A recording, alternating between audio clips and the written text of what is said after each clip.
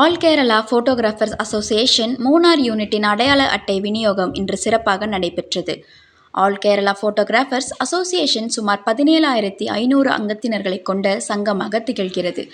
ஆசியாவிலேயே மிகப்பெரிய போட்டோகிராஃபர் சங்கமான இதில் மூணார் பகுதியில் சுமார் 35க்கும் மேற்பட்டோர் அங்கத்தினர்களாக உள்ளனர். இவர்களுக்கான அடையாள அட்டை விநியோகம் மூணார் மெர்ச்சன்ட் அசோசியேஷன் ஹாலில் வைத்து இன்று நடைபெற்றது.